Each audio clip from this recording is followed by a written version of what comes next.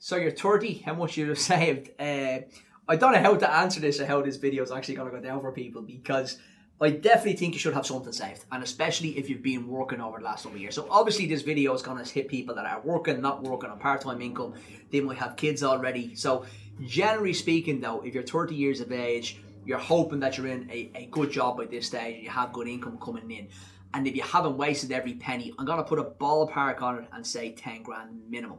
And the reason I'm going to say 10 grand minimum is that I think if you're getting towards your 30s and you're anyway considering buying, you're anyway considering, maybe even setting up your own business or going out your own, whatever it is, you need to have some cash behind you at this stage. If you don't, it's definitely not too late, but I would like to see a minimum. Now, I've got people coming in that are 20 years of age or 50 grand in the bank and 24, 25, 26, every age.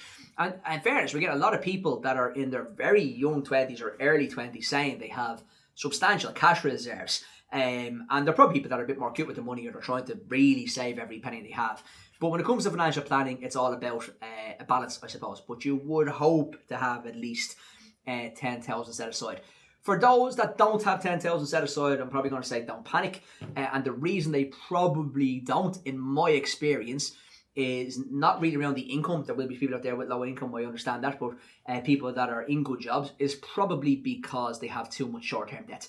So they've probably made decisions in their early 20s, mid-20s, where they've taken a car loan, they've taken a credit card, they've taken a personal loan to go on a couple of holidays, or they've relied on personal debt every time. So each time they might borrow 10 grand, they might have done something when the 10 grand loan is up, they go, oh, I'll get that again and I'll do something. So it's trying to break that habit and say, look, rather than paying 300 or 400 euro back to the credit union or the bank all the time, try and break that cycle, invest or save that, 3 or 4 grand per year. And then after a year or 3 or 2, whatever it is, you will hopefully have that minimum of that 10,000. That just allows you, I suppose, be defensive with your income. So if something goes wrong, you have a kind of a wall there, 10,000 to rely on. But also if you want to do something, like hopefully buy a property, set up your own business, or even if it is buying your next car, you can do it for cash, and you don't have to worry about borrowing all the time. But yeah, I'm going to put pick a figure out of sky in fairness and say at least 10,000, what I'd hope to see. But if people that have way more than that, people have way less than that. People have nothing saved yet, but that's okay as well.